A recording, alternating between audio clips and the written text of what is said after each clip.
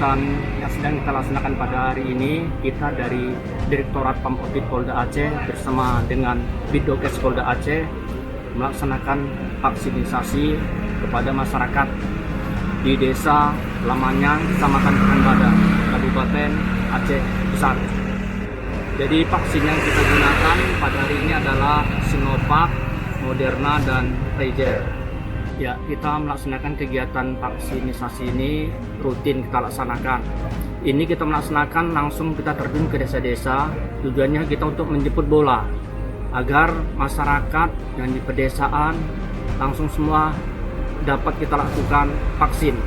Jadi kita himbau kepada seluruh warga masyarakat mulai dari umur 17 tahun sampai usia lanjut pun akan kita lakukan vaksinasi COVID. Ini bertujuan untuk melakukan pencegahan penyebaran virus corona.